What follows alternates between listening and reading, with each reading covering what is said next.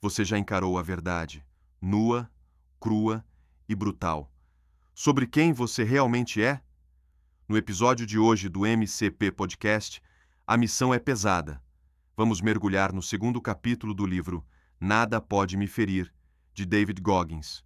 Um relato onde a dor vira disciplina e a verdade vira munição. A verdade dói, mas é ela que liberta. Vamos falar sobre quebrar o espelho das ilusões, encarar suas fraquezas e transformar trauma em força bruta. Se você acha que já apanhou da vida, se prepare. Hoje você vai aprender como usar cada cicatriz como ferramenta de construção. Porque aqui, a meta não é sobreviver, é dominar. E isso é só o começo. Sabe aquele momento na vida em que a realidade simplesmente chuta a porta? Sem pedir licença, sem aviso prévio. Ah, sei bem. É aquele instante em que todas as desculpas, sabe? Todas as historinhas que a gente conta pra si mesmo, simplesmente evaporam. Elas não se sustentam mais. Exato. E hoje a gente vai mergulhar fundo em um momento exatamente assim, analisando o capítulo 2 do livro Nada Pode Me Ferir, do David Goggins. Um capítulo com um nome bem direto, né? A verdade dói. E dói mesmo. E como? É sobre esse confronto brutal, mas absolutamente necessário com a verdade. E para a gente entender o tamanho desse confronto, a gente precisa, assim, pintar o cenário de onde o Goggins estava. Totalmente perdido, né? Completamente. Ele era um adolescente, penúltimo ano do ensino médio, mas a vida dele já parecia, tipo, uma tragédia anunciada. Ele tinha acabado de passar por um trauma gigantesco. Sim, o assassinato do padrasto, Wilmus, que era uma figura boa para ele. Então, emocionalmente, ele estava destruído. E nos estudos, um desastre. Dificuldade de aprendizado, notas horríveis. E os sonhos dele, tipo, ser um paraquedista da Força Aérea, jogar basquete. Parecia sei lá, fantasia de criança. Ele não estava só perdido, ele estava no caminho expresso para virar mais uma estatística negativa. E o que acende o pavio de tudo isso é uma coisa até burocrática. Uma carta da escola. Pois é, a carta dizia sem rodeios que ele ia ser reprovado. Pelas notas, pelas faltas. E a mãe dele entrega a carta sem falar nada. Esse silêncio deve ter sido ensurdecedor, né? Com certeza. E naquela mesma noite, depois do banho, ele se olha no espelho embaçado. E acho que pela primeira vez ele se enxerga de verdade. E ele odeia o que vê. Esse momento do espelho Nossa, é muito pesado. Imensa. Porque não era só sobre as notas. Não? Ele se descreve no livro como um valentão pé rapado, sem nenhum objetivo e sem nenhum futuro. O que acontece ali é um momento de autorrepugnância, visceral, sabe? É o choque entre a imagem que ele tentava passar para os outros e a realidade crua de quem ele era. Exatamente. E é essa dor, essa aversão a si mesmo que força ele a ter a conversa mais honesta e brutal da vida dele. E essa conversa é o coração do capítulo, né? Sim. É quando ele para de se vitimizar. Sim. Ele para de culpar o pai abusivo, a pobreza, o racismo, tudo. Ele reconhece tudo isso, mas a essência da conversa com o reflexo é tipo, cara, eu sei tudo que você passou, eu tava lá. Mas quer saber? Ninguém tá vindo te salvar. Ninguém, nem sua mãe, nem o Wilmuth, a responsabilidade é sua. É de uma dureza, mas de uma clareza. É o nascimento da responsabilidade radical que ele tanto fala. Exato. E é muito importante diferenciar isso de culpa. Ele não está dizendo que o abuso que ele sofreu foi culpa dele.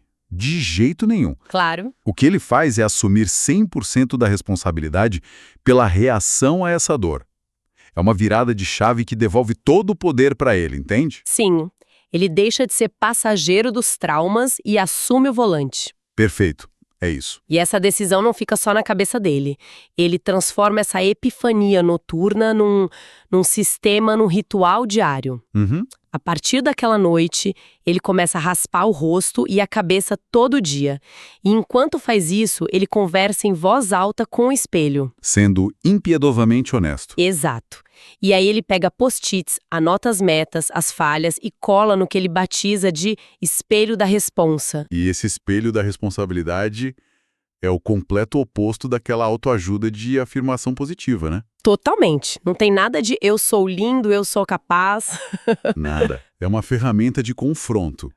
Se ele se sentia acima do peso, o post-it não dizia quero perder uns quilos. Dizia, você está gordo. Se ele não sabia uma matéria, era você ignorante nisso. É muito direto. É brutal. Mas a ideia não era se punir. Era eliminar qualquer espaço para desculpas. A verdade nua e crua era o único ponto de partida que ele aceitava para a mudança. Isso é fascinante, porque as primeiras metas que ele coloca nesses post-its são coisas quase banais. Sim, muito. Tipo, arrume sua cama todo dia como se estivesse nas Forças Armadas. Corte a grama. Lave toda a louça. Parecem coisas pequenas, né? Por que começar com isso em vez de ir direto por grande objetivo? Aí que está a genialidade do método. Ele entendeu, talvez até por instinto, um princípio básico da psicologia. Você constrói disciplina cumprindo as promessas que faz a si mesmo. Ah, entendi. Ao colocar uma meta minúscula, como arrumar a cama, ele começava o dia com uma vitória. Cada post-it que ele arrancava era uma prova para o cérebro dele de que ele era capaz de fazer o que se propunha a fazer. Ele estava se reprogramando, então? Deixando de ser o cara que desiste para ser o cara que cumpre? Exatamente. Esses pequenos atos de disciplina eram a fundação, o alicerce sobre o qual ele ia construir os objetivos maiores. Ele estava construindo uma base de integridade pessoal, no fundo. Perfeito. Isso tem uma conexão direta com ele parar de se ver como vítima, né? Com certeza. O Goggins descobre algo muito poderoso ali, que a negatividade, as desvantagens, quando você para de fugir delas e encara de frente, elas podem virar combustível. Ele fala combustível de foguete. Uau! Ser complacente, passar a mão na própria cabeça, não gera a energia que você precisa para uma mudança radical. Mas a insatisfação, a raiva do seu estado atual, A dor. a dor, quando você canaliza isso, vira uma força motriz gigantesca. Em vez da dor ser uma âncora que prendia ele ao passado, ele transformou ela na propulsão para o futuro. E as ações vieram rápido. Na manhã seguinte, ele já joga fora os acessórios descolados do carro dele. Aquela capa de volante de pelúcia, né? Essa mesmo. Na escola, ele abandona o grupo popular e começa a almoçar sozinho para poder estudar. Começa a acordar de madrugada para treinar. E a correr à noite depois de um dia inteiro de aula e estudo. Ele basicamente demoliu a vida antiga e construiu uma nova, totalmente alinhada com os post-its no espelho. Mas é muito importante dizer que o livro deixa claro, não foi mágica, não foi instantâneo. Foi um processo de esforço contínuo. Brutal e contínuo. Não teve um golpe de sorte. Ele teve que construir o caminho dele, tijolo por tijolo, motivado todo dia pela verdade inconveniente que ele via no espelho. E tem uma passagem que ilustra isso de um jeito muito forte. Numa das corridas noturnas dele, ele chega num cruzamento.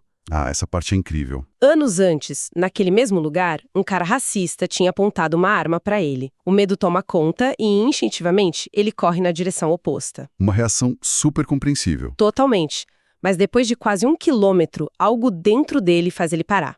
Ele se vira, volta para o cruzamento, para em frente àquela rua escura e, mesmo morrendo de medo, ele decide correr por ela. O que é absurdo nessa atitude é a mudança de mentalidade. O Goggins começa a desejar o desconforto. Ele busca o desconforto. Ele reprograma o cérebro para ver a chuva, o frio, o medo, a dor, não como algo para evitar, mas como uma oportunidade para ficar mais forte. Ele chama isso de calejar a mente. Então, falhar como naquela primeira reação de fugir da rua, Virava combustível para a próxima tentativa. Encarar o espelho depois de uma falha motivava ele a voltar e superar aquilo. Cada pequena vitória sobre si mesmo solidificava os objetivos dele. é uma ideia quase contraintuitiva, né? A gente tende a fugir do que causa dor, ele propõe correr na direção disso. É uma reprogramação mental radical. E é exatamente essa filosofia que ele resume no desafio #2, que é a criação do nosso próprio espelho da responsabilidade. É um exercício prático, então. Um exercício prático. E ele é bem específico nos passos. O primeiro é: use post-its de papel, físicos. Nada de nota no celular. Ele quer o aspecto tátil da coisa. Faz sentido. O ato físico de escrever e colar já é o primeiro passo da ação. Torna o compromisso real. Perfeito. O segundo passo: escrever todas as suas inseguranças, sonhos, objetivos, um por um, em notas separadas. O terceiro, e talvez o mais difícil, é ser brutalmente honesto sobre o seu ponto de partida. A linguagem direta, sem rodeios. Isso. Se a meta é pagar dívidas, a nota pode ser: estou quebrado por causa de decisões ruins, sem eufemismo. O quarto passo é quebrar as metas grandes em passos concretos e diários. Cada micropasso vai para o seu próprio post-it. Ah, então em vez de escrever um livro... O primeiro post-it pode ser escrever 100 palavras hoje. Cumpriu, arranca aquele e cola o próximo. Pequenas vitórias construindo o momento. Exatamente. E o quinto e último passo é colar tudo isso no espelho do banheiro, um lugar que você não pode evitar. O objetivo é se confrontar com essas verdades todos os dias. É um método para calar o ego que adora criar desculpas e se responsabilizar por cada passo da jornada. Honestidade que exige. E isso deixa a gente com uma pergunta para pensar. Depois de se olhar no espelho, de listar todas as verdades inconvenientes, os sonhos, as falhas, o que seria mais assustador? Encarar o que está escrito naqueles post-its todos os dias, ou a possibilidade de não fazer nada a respeito e daqui a um ano se olhar no espelho e ver exatamente a mesma pessoa?